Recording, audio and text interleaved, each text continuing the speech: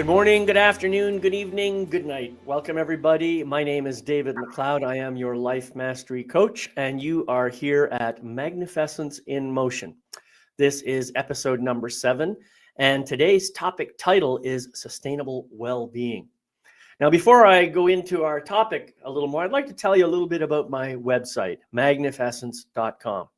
It's a relatively new website. It's probably, it's about a year old now, and I'm really starting to promote it and push it because I think it's a great website. It's a membership site where you can get access to all kinds of amazing streams of content and also multiple courses that I have made available. And in addition to that, I have got many ebooks that you can get access to as well. But another thing that makes magnificence.com unique is that I have a proprietary journaling element built right into this platform. So you can record anything you like on any page anywhere on the website, and when you come back to that page later on, you can see your journal entry and you can maybe add to it or modify it or do whatever you like to it. The other beautiful thing about this journaling entry system is that you can download all your entries in chronological order into a separate spreadsheet file that you can then use to write a book if you like, or do something like that. It's an amazing website. We've got 4 different levels of membership, starting with a free one. And each of the other ones is very reasonably priced, and you get some amazing content. You get a lot more than what you pay for in terms of your value.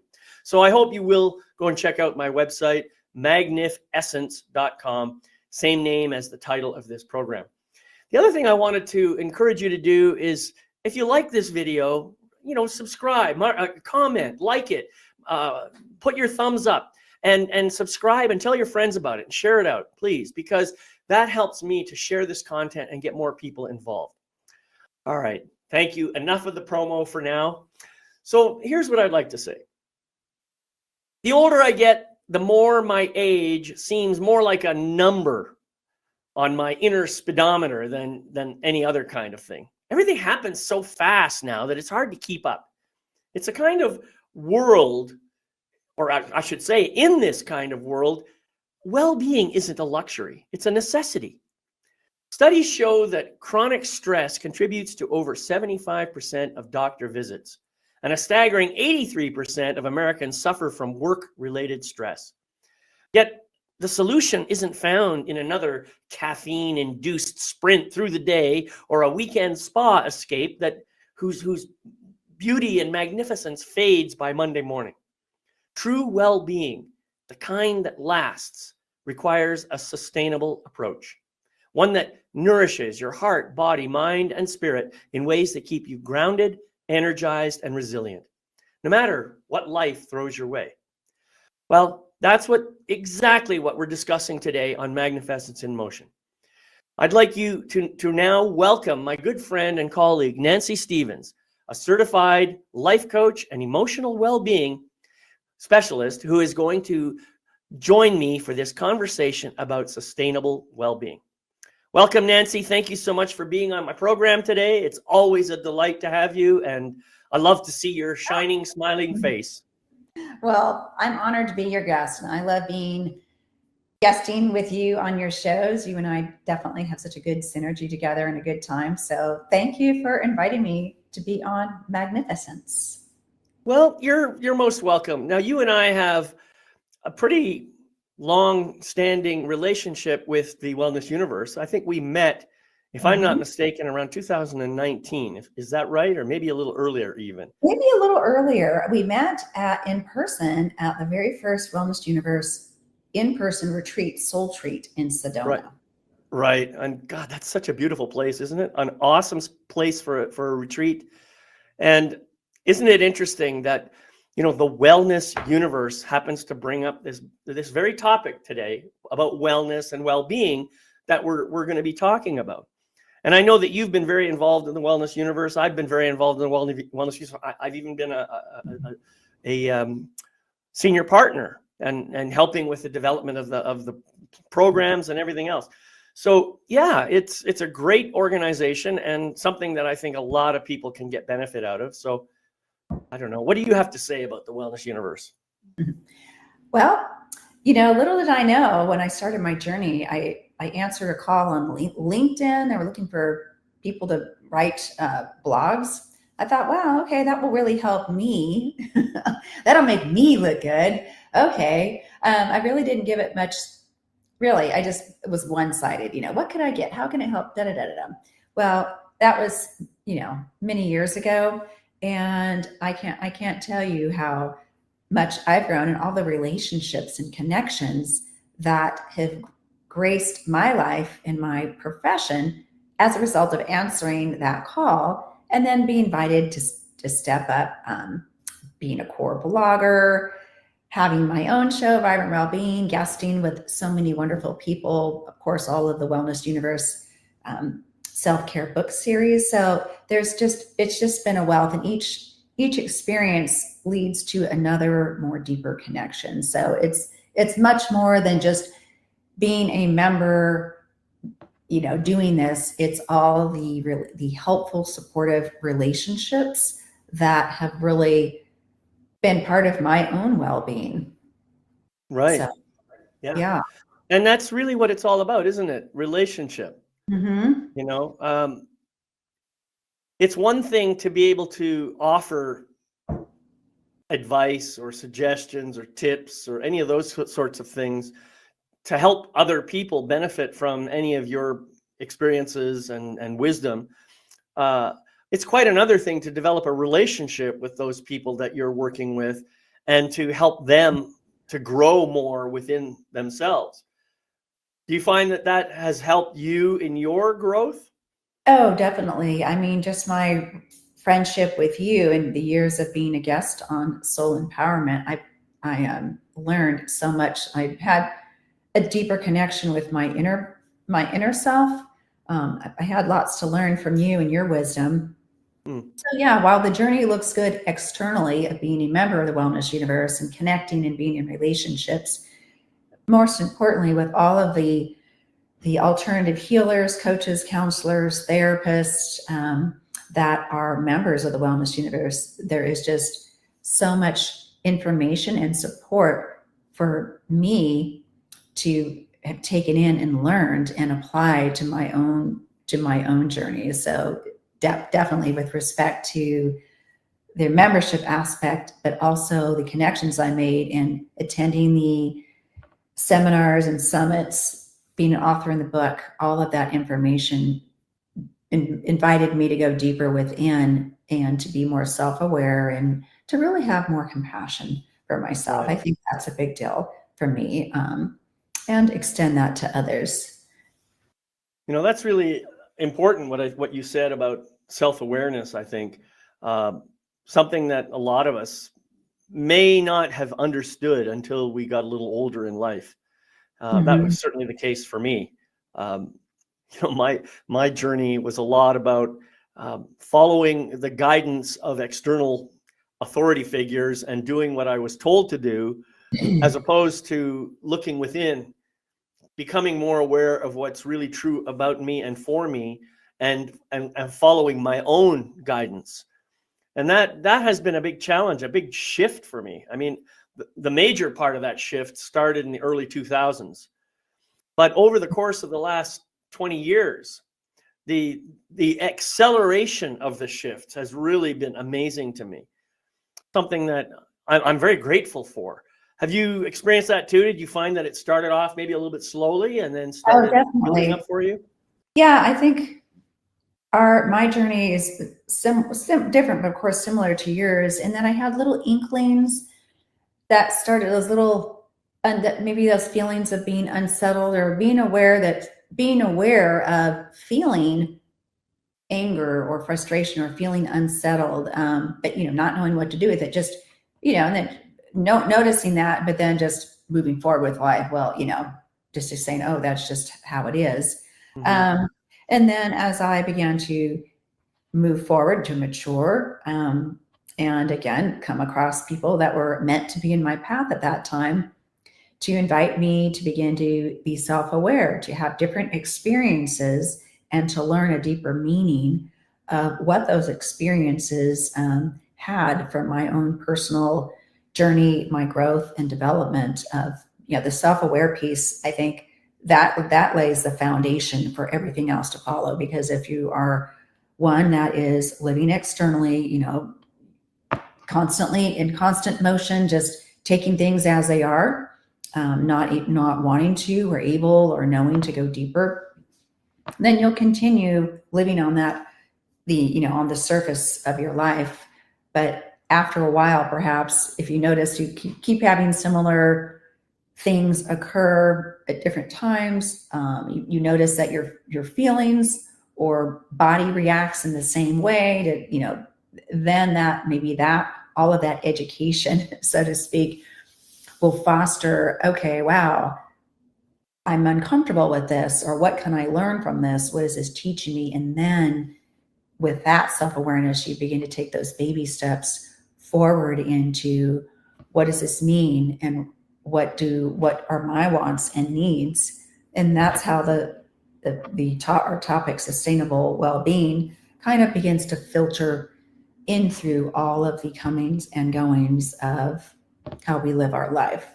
At least I know with me, when I, like you, I was introduced to maybe meditation. When I took my first yoga class, I was just there just to, who knows, whatever. And as I began to learn by going to class, then these different topics came up of mindfulness, being present, letting things go. I'm like, what is that? How are you feeling? What? Nobody ever asked me that. What do you mean? Where am I feeling that in my body? I don't know. I'm here. So Yeah, right. began, Exactly. isn't that nice? All the external things that had no, I didn't know, so I didn't understand them, then began to trickle down to me. And that is when I began to be on the road to learning what it looked like and felt like to craft, quote, sustainable well-being. In other words, things that become part of the fabric of our life that are health promoting, physically, mentally, emotionally, spiritually, and all of the other things that come through. You said something a couple of sentences ago, or maybe it was a couple of paragraphs ago. I don't remember exactly when, but you used the phrase talking about when you were learning to go deeper. And that's a phrase that I know what you mean by that. Mm-hmm. But people who may not have watched this program before might not know what that means. Can you describe in your own words what it means to go deeper? Yeah, so that the word go deeper would mean being if something is new to you, maybe it's a yoga practice, or maybe even something as simple as intentionally hydrating every day. You would have, okay, so go deeper would mean, oh, I'm noticing how this feels and looks. So then maybe go deeper means you become more curious and interested, in exploring that sensation or feeling, or maybe you've noticed as a result of maybe spending a week, for instance, unplugged from screens, having a digital detox, that maybe that hurt. You notice, wow, my mind doesn't feel like, I don't have such racing thoughts and feel apprehensive. I'm curious, what about having a digital detox, why that brought me to here? Well, I wonder what that is. What was I missing? What could I might want or need that, da da da. So you just start curiously inviting questions in, and reflecting and processing, that you begin to move into your own wisdom of Right. what that external feeling and result was, or impact, and what that means unique to who you are and your own wants and needs. Because everyone has different, some people thrive on more downtime and quiet time, others thrive on having a more physical practice or being out with others. So it's going to look and feel, your well-being practice is going to look and feel different for everyone based on who we are, our needs, our wants, our personality traits, our distinctness. It's not a one and done. But again, the word sustainable, it's something that gradually over time has become part of how we live our life day to day, rather than reacting and saying, wow, I've got to take 2 weeks off to recover. And oh, then I'll go back to this, fast paced, total major life. It's like, oh, okay, what can I take from that experience where I maybe was feeling less than optimal, where I felt burnt out or stressed out or apprehensive, angry, fatigued, just not in optimal health. What can I learn from that feeling? And what can I do to diminish not feeling so disconnected, apprehensive, stressed, angry, burnt out? So you begin to make a connection of that we do have a level of control to bring in those different pieces in a way that helps us move through each day. And even, and especially in times where, like today, I had a lot going on before the show. And in the past, maybe I would have arrived here stressed out and just like, oh, it's one more thing I need to do. But because I have a crafted sustainable well-being, I planned ahead that when I woke up early this morning, I would give myself ample time to start my day instead of hitting the ground running and doing all these things. So I knew that what I needed to be calmed, centered, and connected, even though I was really busy today, was to take care of myself first. Like, that's just how I start my day. It was a learned thing, but it wasn't like, oh, do this.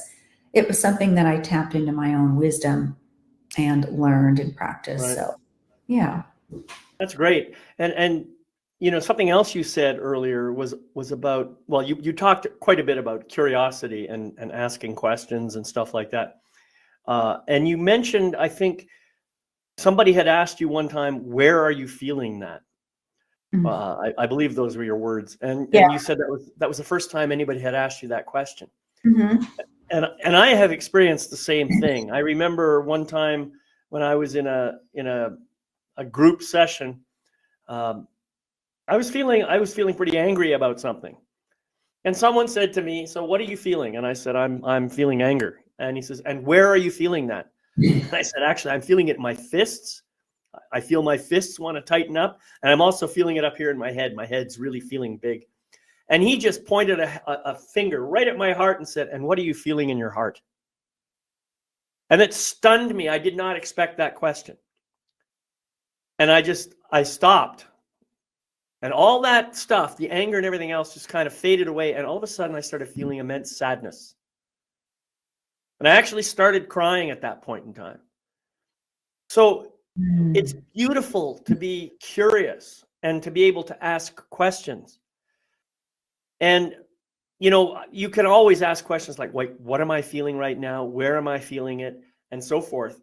But you can also be the external facilitator who asks that other really powerful question. And what are you feeling in your heart? What are you feeling in your gut? What if you feel a pain in your shoulder or in your, I don't know, in your rib or something? Does it have a message for you? Is it trying to tell you something? These are powerful, powerful questions. And sometimes when we're working on doing our own process of going deeper, we may not think to ask those questions. So it can be really helpful, I think, to have those questions written down in advance. Questions, the surprise questions that you don't know. And then as you're doing this just internal awareness check or whatever it is, flip to one of these questions and just ask yourself right then and there, what is that question? Ask yourself the question and see what comes up. That is, to me, some of the most powerful work that I have done, having that surprise question, something that I wasn't anticipating. And so all of this, we're coming back now to the ultimate point. The whole thing we're talking about is awareness. Mm-hmm. Self-awareness. And you can't really be self-aware until you start getting curious. Mm-hmm. And then as you get curious, you get more self-aware, which increases your curiosity about other things. That's the process for me of going deeper. because every question leads to an answer, which leads to another question. And the other thing that I would say in this process is try not to ask yourself questions that begin with the word why, because often there's a judgment behind the why. Mm-hmm. For example, why do you behave that way? Sure sounds judgmental, doesn't it? It sounds like, I think the way you're behaving is wrong, so help justify that behavior for me. Yeah. Whereas, if I asked you something else, I might say, I notice that you do this. How does that serve you? It's still kind of a probing question, but it doesn't seem to have the same judgmental edge that the why question has. So ask yourself questions that begin with how or what purpose, that sort of thing. How, where, and what. Those are the key words that you should use to ask to increase your curiosity about yourself. That's my suggestion. Mm-hmm. But you've been talking about well-being, and then this idea, I love this term sustainable well-being, because we have that word is in our consciousness all over the place out in the world. Sustainable energy, sustainable this, sustainable that. Well, sustainable well-being couldn't be more important. Mm-hmm. Yeah, exactly. Well, I think you've threaded the conversation that sustainable well-being isn't a one and done or a reaction to, but it's a process that takes place after having walked through the muck and the mud of experiencing low frequency, negative outcomes that leave you not feeling your optimal mentally, emotionally, physically. So you've experienced what it looks like to get burnt out, have a lot of stress, place the margins so closely in your life that you've marginalized yourself or deprioritized yourself that all the life events are running the show, and we're just giving ourselves the crumbs. So you've experiencing what that looks like and feels like and the impact that has to all of your life. Then, okay, wow, that didn't really, you've made the correlation. That's not serving me and I'm not living fully. So in comes that the self-awareness piece right there, making a note. I don't like how that made me feel. What occurred? Oh, okay, self-aware. What do I need or want that will give me a greater sense of prioritizing myself versus taking the crumbs at the end of the day? And how is this going to fit in with all of the life I have, whether it's, full work, caregiving, multiple businesses, or just dealing with your own health issues? What is you're going to start small, like you said. What is one thing that I can do that's going to really make me feel connected and compassionate toward where I am today in this season? And our needs are going to change over time as we mature and age. What we needed when we were at one point is going to change and shift. So it's got to be something like, for me, woven into the fabric of my life that is now a non-negotiable is my morning practice. I didn't have one prior to this one. And I can tell you, not having a morning practice, I started the day feeling unorganized, scattered, already like I was chasing behind the day, waiting for the next thing to just land and trip over it. That didn't get me anywhere. And I didn't like that feeling. I wasn't serving me. So I learned over time and brought in my morning practice that lays the foundation for my day. It's sustainable. I know I can do this before my day takes off. I've built the time in, and it sustains and enhances my ability to be in the day no matter what is going on. So it has to be something that's meaningful to that person, that's sustainable, whether it's physical exercise, meditation, or evening or morning ritual, It can take diet, exercise, find doing things that nurture you, that are give you pleasure and joy, recreation or entertainment. But it's something that it's become personal, woven into the fabric of our lives versus just an occasional or one and done. I think that's the word. Like if you're always saying, oh, I'm going to go on this big major vacation. Okay, well, is that really sustainable to go on big major vacations all the time, or to look for the next big thing? Well, maybe that feels good in the moment and it's occasional, but what is that smaller, intimate, personal practice, external thing that can be done daily, that doesn't need a big block of time or money or people, that's just inherent.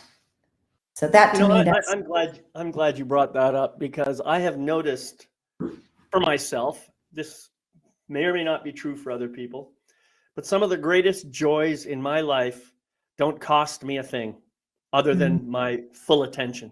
That's it. I for example, you mentioned meditating, and I do quite a bit of that now, and I actually love the feeling I get when I'm just in a quiet state by myself. I don't have to be with anybody, and I don't have to be any particular place. I just kind of take my attention inward, as you described it, and go as deep as I can, so that I eventually expand out into the universe. There's that experience, and it cannot be achieved by any other way.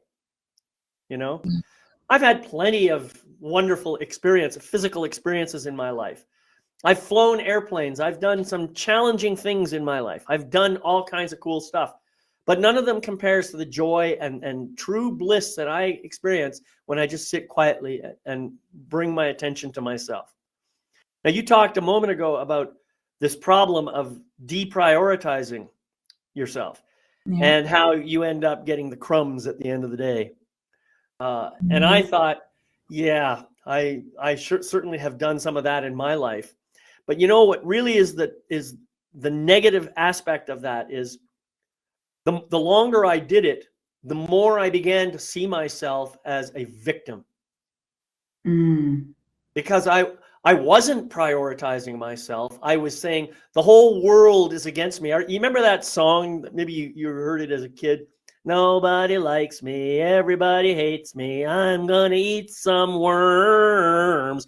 I remember that song. And when you say that phrase, nobody likes me, who is included in the nobody? I am. Yeah. I don't like me. And that is what happens. We get into this really, really, it's a sabotaging mindset that somehow the world is against us and it's the world's problem. I haven't done anything wrong. I'm just a victim here. And so I create this illusion that you and you and you and you and everybody else have to fix me somehow. You have to change in order for my life to be better. And that obviously doesn't work. But the problem is we have a society full of people who are living that way now. And we all have to stop doing that. And we all have to come back to ourselves and take responsibility for this being right here. Once you do that, the victim stuff starts to go away, and you can begin to show up as a real, living, divine, magnificent, unlimited spiritual being of light and love. You can start showing up that way. Some people might not like it because they're used to you the old way. Well, that's their problem. You don't owe them a particular way of behaving other than to avoid doing any damage to them. That's really the only thing that you are responsible for. So my invitation is, if you want to be in a state of wellness all the time, start waking up to who you really are and start living that moment by moment by moment by moment. And then the other stuff will just kind of take care of itself. If you're looking for a magic pill, my friend, that's it. Yeah, that's beautiful. That is big truth there, that as we begin to step up and compassionately, intentionally care for ourselves, then we are no longer looking externally, being, falling prey to victim thinking, blaming, or assuming that our issues are the result of everything else. That if this, if this went away, then I would be fine. Yeah. No, the more work we intentionally do to fulfill our own personal wants and needs at a deeper level, then when life happens, who we are on the inside is how we show up outside. And we are, like I always say in an analogy, we're like a tree that's got strong roots in rich, good soil, that when the storms come, the tree will bend and sway with the storms, but it stays solid and grounded. And that is what I like in having a personal, intimate well-being practice for our own self, that no matter what people say or do, or all these events, who we are is who we are, because we have taken time to really get to know ourselves, to appreciate and love ourselves. That's a big one as well, that we have placed a healthy boundary of what we're going to allow in and what we're going to filter out. And I think a lot of the sustainable well-being, at least in my journey, has been based on this self-awareness, and then learning that, and being based on loving and accepting ourselves as we are. We were born distinct and unique. We're here as we're meant to be. And that takes a lot of time to get used to because of popular culture with, oh, I need to look this way, I need to have this and do that. So we lived externally, we're comparing and judging ourselves, who we are or who we aren't, based on what society presents. And that's no way to live either, because you're constantly running after your life. I know I've had clients that have said, oh, I feel like I don't know who I am anymore. I'm chasing after this persona of me, and I don't know what that is. So you're right. When we really work on our inner game, it doesn't matter when we're showing up authentically. Right. You said a phrase that I hear a lot myself, actually. I'll be happy when, or if I had, then I'd be happy, or such and such. And the problem is, people don't seem to understand is they got the sentence backwards. I am happy, therefore. That's what you should be thinking. I am happy and I am true to who I am. Therefore, I choose this. The happiness comes first. It's not a cause and effect relationship. Happiness doesn't arise because something else happens. Yep. It may feel that way sometimes. It may seem that way. This happened and now I feel happy. Wow. Well, if I could make that happen all the time, then I could be happy all the time. And isn't that exactly what the mindset of the addict? This external thing makes me happy, and I like the feeling of happiness. Therefore, I take this external thing and I bring it more and more into my life. That's addiction. That's what that is.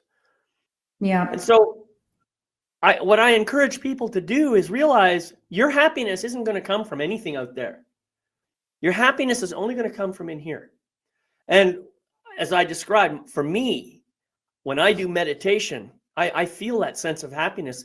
And happiness is not about jumping up and down and having all kinds of, agitation in my life. It's about being calm, relaxed, grounded, centered, grateful. I mean, all of those things happen simultaneously. And from that place, compassion and forgiveness just seem to come out of me, no problem. So choose happiness, because happiness is really your natural state. So you might as well be there as much as possible. And then let that natural state provide the guidance for you to choose the right direction for your life in any given moment. And then when something unexpected happens, you don't have to let that knock you off kilter and remove the happiness from your life. Instead, you can just see it as another opportunity to remember who you really are and get back into happiness. It really is so simple. And I wish I had learned this when I was born 72 years ago. But no, I learned other things that kind of took me off my path of who I really am, until I reached a point of total misery and despair and realized I had to do something different. People don't have to do that if they don't want to. Just listen to the people who have had the experience and maybe try what they're telling you. Yeah, I love that. That was a big shift that I didn't know I was doing, but I was like, oh, looking for happiness outside of me, thinking that, oh, if this changes, if they say this, if I get this, when I have that, I'll be happy. I created this vision that was unachievable, and it was always out of reach. And then if I quote didn't hit that milestone or mark, oh, well, then I was unhappy. So then I basically set myself up to be unhappy because these external happiness markers never materialized in the way that I had envisioned them. So we're walking around unhappy, and we're looking for evidence that the world is a cold, dark place. And, maybe there's a light here and there that's going to bring about this transformation in me. When in fact, it's with that self-awareness, self-love, and self-acceptance that, oh, I'm curious. You start again asking those questions. Wow, I'm curious. I wonder what is going on that I'm feeling like this. So you start asking open-ended questions. And I've done this to myself. And it takes a moment to be vulnerable enough to ask ourselves these questions versus just going through the motions, experiencing something, and okay, well, there you go. That set me up. And I think it was Eileen Dillon or another Wellness Genius member that, we have these things and we have to lovingly say, what could I be believing that's causing this experience to come in my life? So that's a big one. What beliefs are we unconsciously fostering? And that takes more time. That's a little bit deeper. That takes some courage too. Yeah, it does. That stopped me in my tracks. I was like, what do you mean? I don't know. Well, we do know. And the good news is sustainable well-being is not something that we have to have all this time and materials and energy to study. We each are born with our own inner wisdom of what is going to serve us best. Like, we were born perfect. Asking those vulnerable questions peels back the layers to what we already know. It's not outside of us. Yeah. And those questions are pretty deep. What could I be believing? What am I doing that is bringing this same situation a different day back into my life? Like for me, it was, wow, I'm not giving myself any time in the morning to get ready. I'm just getting up late, racing through the morning, feeling scattered. And then as the day kicks up, I'm, hoping and looking, or I'm becoming more angry. So I was I was blaming others. I didn't take a strong hand in what I needed to make it through the day calmly versus chaotically. Right. Yeah. You mentioned this experience of going out there, trying to do something and expecting to be happy, and then discovering that it didn't work out the way you wanted. And therefore, I think you said, I'm not happy. Mm-hmm. Well, first of all, I want to just highlight a languaging challenge there. First of all, you are neither happy nor unhappy. Mm-hmm. You are a divine, magnificent, unlimited spiritual being of light and love who sometimes experiences anger, happiness, whatever. But your true nature is the nature of joy, is the nature of bliss. So if you find yourself saying, I'm not feeling happy, or I am feeling unhappy, what you really are saying is, wow, I'm temporarily disconnected from my true nature, which is happiness, joy, and bliss. How can I get myself back to that? And that, when you are temporarily disconnected from your true nature, that just simply means you're in a state of temporary forgetfulness about who you really are. That's all it really means. Mm-hmm. And now you brought up the other point of what belief might I have? I think that's a great question. What belief might I have? Well, really, your true essence doesn't have any beliefs. Your true essence simply is. But your mind, your ego mind, does have beliefs. And it's that ego mind, when you find it tying into a belief system and then trying to tell you how to behave, you get that voice that nags in your head about how you're supposed to show up because of this belief, right? That is so powerful to be able to say, if you can in the moment, what belief is driving this behavior right now? Oh my God. Do you have any idea how liberating that is? If you can just ask the question. Because the answer will come. Yes. But 99% of the time that you have any kind of challenge, of doubt or whatever, it's because of the ego mind. The ego mind is a powerful, powerful force in your physical life. Yeah. And I'm not trying to advocate for getting rid of the ego mind or anything like that. However, I am advocating for bringing awareness to it and bringing loving compassion to it. The ego mind is simply doing what it was trained to do, and that is to keep you safe. The problem is it sees all kinds of false ideas of what might be causing you distress, and it wants you to avoid those things in order to avoid a pain that might have occurred way back when you were a child.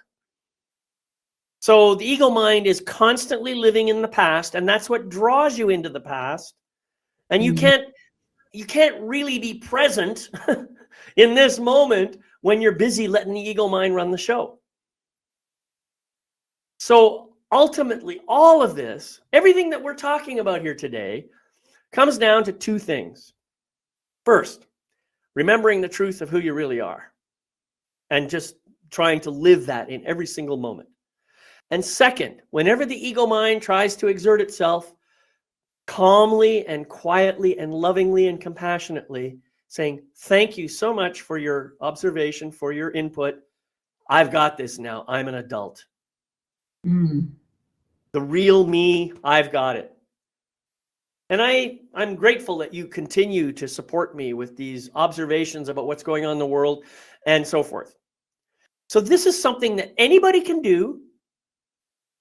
It may not necessarily be easy. I mean, it's easy conceptually, but it's not necessarily easy in practice, right? It does take work. And I have been struggling with my ego mind my entire life, but more so since I decided that I wanted to be on a path of spirituality. Why more so? Because I'm more aware of my ego mind now. I'm more aware of when it decides that it needs to insert itself, and more aware of my own willingness sometimes to let my ego mind have its way. So all of this, when I find myself saying, I am angry, I immediately correct myself and say, I am a divine, magnificent, unlimited spiritual being of light and love. And in this moment, I'm experiencing the sensation that I describe as anger. That's a long way of saying it, but I detach myself from my anger because I don't want to identify with it. You see? I love that. Anyway, I'm sorry. I kind of went on a rant there.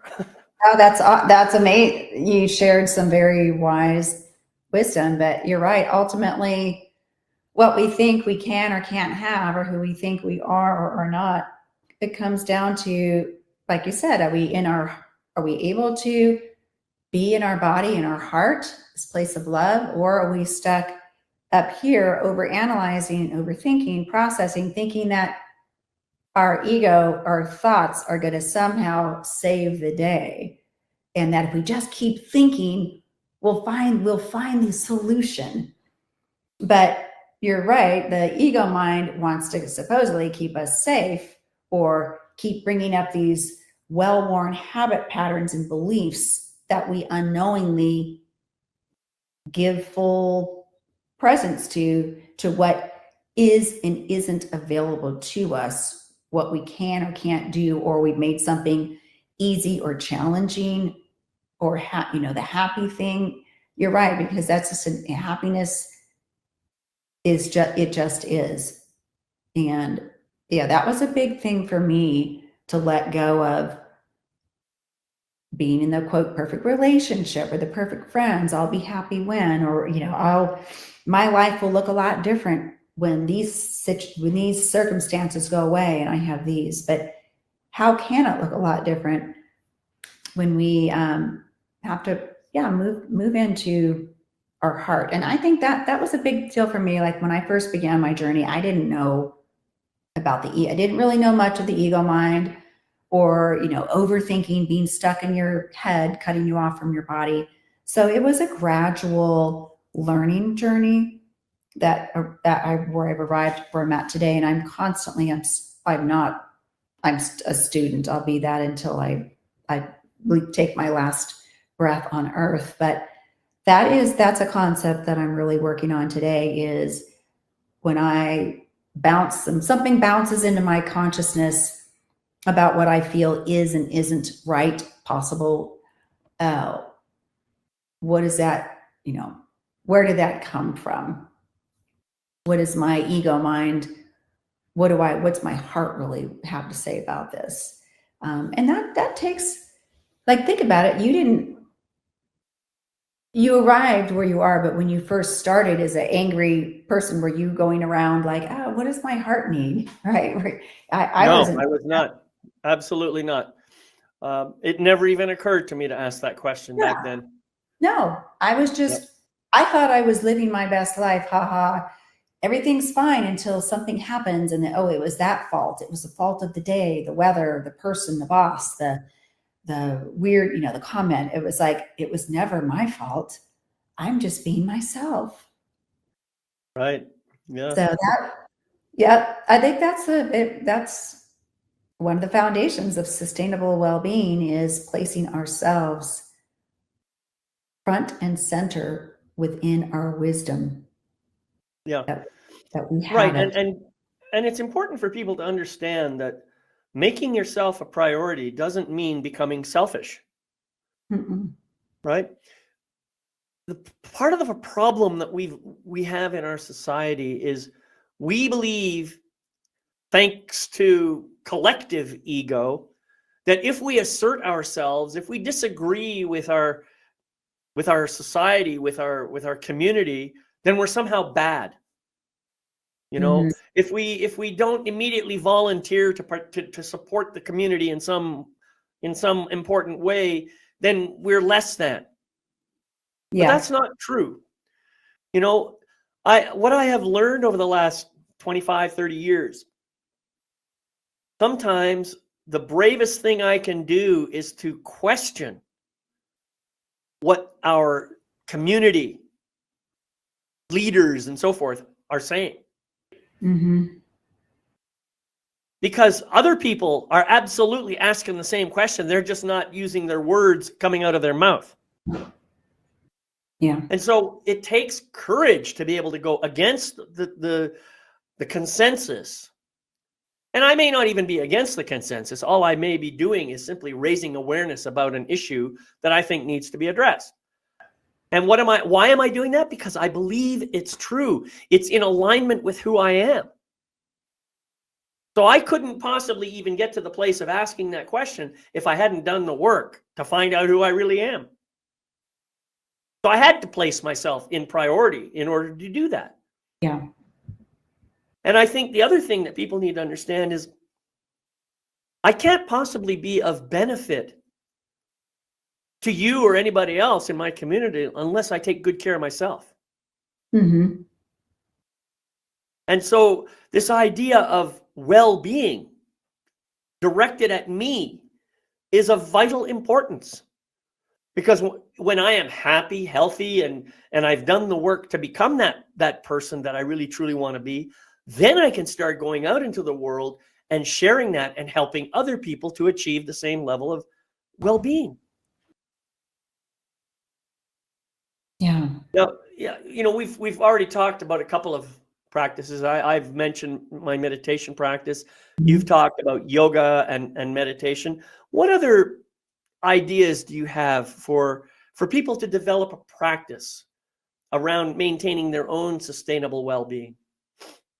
Well, if you're just getting started, one of the most obvious ones is a physical practice, because how we tend to and care for our physical body at a more surface level gradually seeps in to begin Oh, yeah. to fall into our emotional and mental well-being. So it may start with noticing that, wow, when I eat these type of foods, I feel, sluggish, lethargic, my energy drained. So, okay, maybe part of my initial foray into well-being would be, what other foods can I eat that are energy promoting and health promoting versus energy draining? I'm working with a dietitian, nutritionist, or there's a wealth of information online about what it looks like to eat a more whole foods based diet. So that's an easy entry, making one small thing, maybe intentionally staying hydrated, including some foods that are known to promote physical health and brain health. And maybe once you've achieved making some standard practices with your eating plan, well, then you're going to notice that you have more energy and feel better. Well, then maybe you can start moving into the emotional or mental fabric, or the spiritual fabric too. But I would say the easiest thing to me is that physical practice, movement, sleep, hydration, diet, exercise. Then that basically opens the whole door to exploring and crafting the practice with yourself, with your ego mind, with your inner wisdom, who you are, your uniqueness. But again, if you already have that physical practice and you feel good about it, then you would move into, one practice basically is going to open the door for other parts. And I love Right. that well-being is interconnected. It's many, you've got a hub, but there's many spokes, multifaceted spokes. Each and every one is connected, connects us to the other. So Right. you're gonna tap into the wisdom of what's currently playing for you, and then move into that. I think for me, I guess my journey was a little bit both emotional based, but also physical based, because I was so stressed and rushed. It made sense for me to establish a physical practice with yoga and other fitness classes. And then over time, I had the segue to feel comfortable enough. Oh, this worked, to move into others. So it's like there's not a roadmap, but I would move into the one thing that you have the most energy about, what's really on your mind, or, what do you think, David? What's your segue? Oh, I mean, there are just as many possible ways of doing this as there are people on the planet, and then some. I mean, because I'm sure everybody who's watching this can think of maybe 10 or 15 different ideas that could be working. But I'll give you a couple that just came to me as you were talking. First, you were talking about the physical. Well, go for a walk. Go for a walk outside, anywhere. Just go for a walk and leave your cell phone at home. Mm-hmm. One of the things that we do is we carry those cell phones pretty much everywhere we go now. We're joined at the hip. Mm-hmm. And we aren't even aware necessarily of how much time we spend on those phones.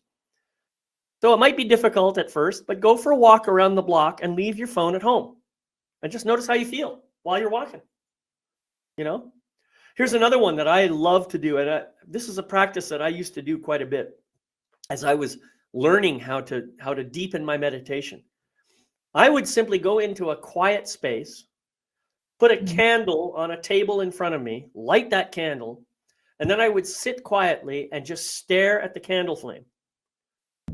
And I would allow the flame to just go slightly out of focus, but my eyes are always looking at the flame. And while I'm doing that, I just started breathing consciously. Mm-hmm. And I would inhale real slow, like on a count of 5 or 6 or something like that. And then I would exhale on the same count. And I would keep that rhythm going.